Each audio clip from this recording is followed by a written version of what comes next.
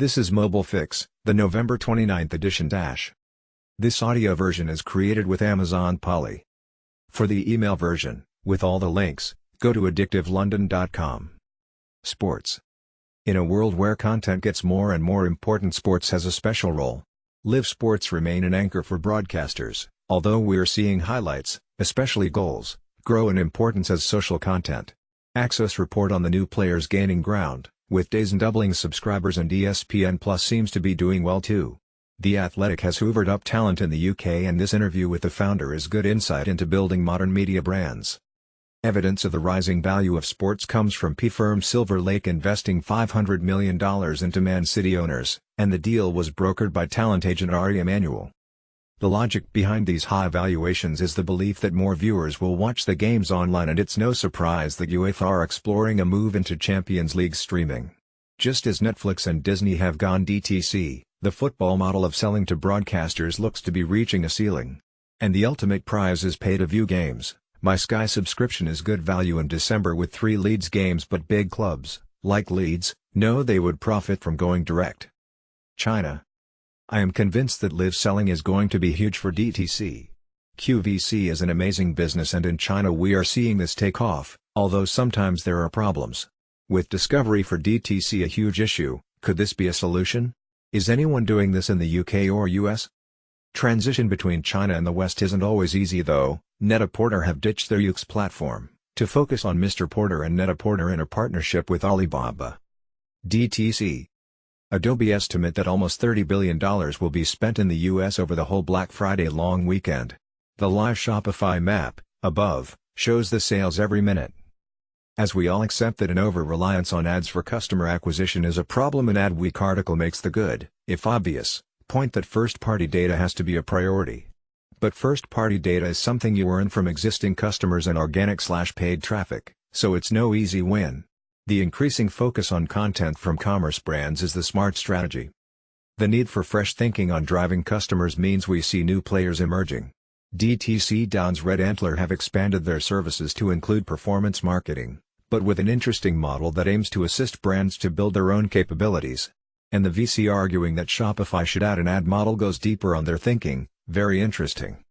Instagram see the dollar in DTC and their checkout Instagram service is growing fast. This piece goes into some detail on how it is working.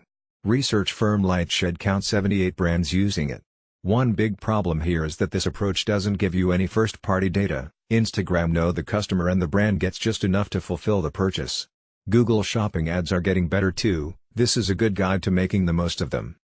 Solving Discovery is driving a variety of different approaches, and Truva, an online marketplace for independent boutiques, has raised significant funds. But how much of that goes on driving customer acquisition? Could a smarter way to grow be helping those offline stores find and stock some of the emerging DTC brands? There is still a real hunger for physical retail, and everyone is looking to test it out. The go-to guys here are still appear here. The Guardian have a good long piece on how online shopping is reshaping the world as home delivery booms. ByteDance, TikTok. Having driven their phenomenal growth with a big, expensive, ad campaign, TikTok owners ByteDance are looking to borrow more money, another $2 billion, for their war chest. Their plans for a music service will be expensive, so maybe that's the purpose? As a story emerges of the censorship, then apology, of a TikTok video that criticized China over Hong Kong, ByteDance moves to ring-fence its TikTok app amid US probe. They are doing quite well for ad revenue within China, now ahead of rivals Tencent and Baidu. In the West, their moves to attract influencers seem to be paying off. Voice. Spotify is spending freely on podcast IP and exclusives from Hollywood stars, and Obama. This long piece from the Hollywood Reporter is a good look at how Dana Leck sees podcasts. We tell everyone they need a voice/audio strategy, and Salesforce have one. They now have a smart speaker called Einstein. You can see it in action here. But despite all the noise, examples or case studies on voice are hard to come by. Consultancy ask why? Newtv. The IOB have a good report on the UK connected TV market. It's really comprehensive with contributions from many firms already active in the space. The issue of creative is considered, and so is the opportunity for new formats. The YouTube work from Unskippable Labs is useful learning here, and this roundup of 5 principles deserves attention. One of the best sources of data on Newtv is US firm MoffettNathanson. Their presentation at the Code conference this week is full of fascinating data. One key point is that sports sustains the old broadcasters and their bundle model. #AdTechPerfectStorm.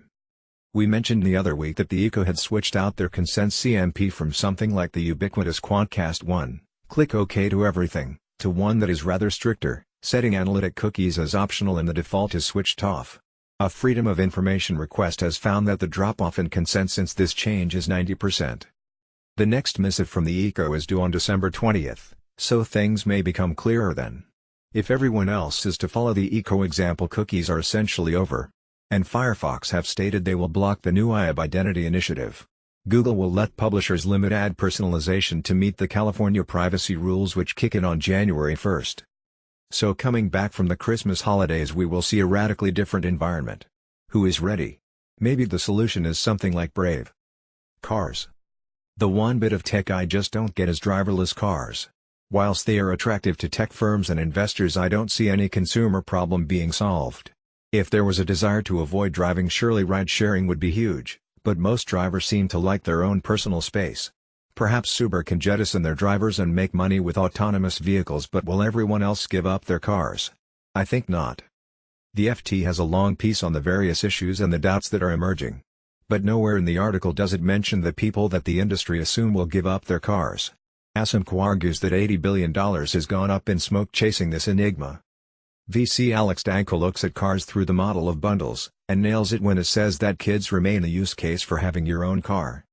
For most North Americans, anyway, you'll probably keep driving your kids around in your own car long into a future, even if it's filled with driverless cars and on-demand services and who knows what. Quick reads. Good retort to debunking of the Wall Street Journal story suggesting Google was interfering with their algorithms to change search results. Atomico report on the state of European tech. Digital billboards are tracking you. And they really, really want you to see their ads. Location experts and Fix Friends Tamico have a new partnership with U specialist Talon. The Atlantic's new app takes a cue from email newsletters. How Facebook helped the Trump election. I am sharing this long Wall Street Journal piece as it shows that the benefit to the campaign was less about Cambridge Analytica and more about good old Facebook best practice, done at scale and at pace. Elon Musk is going to ruin the night sky. VC Chamath Palihapitiya is back with some interesting thinking on Google and travel. Influencers are out and brand communities are in. Finally, next Friday is the Excellent TBD event and we have some discounted tickets for the extra special evening session, just £20, down from £50, to hear speakers from Be More Pirate, Meller and Smith, Alibaba, Grant Tree, and Groovy Gecko. For the email version, with all the links, go to addictivelondon.com.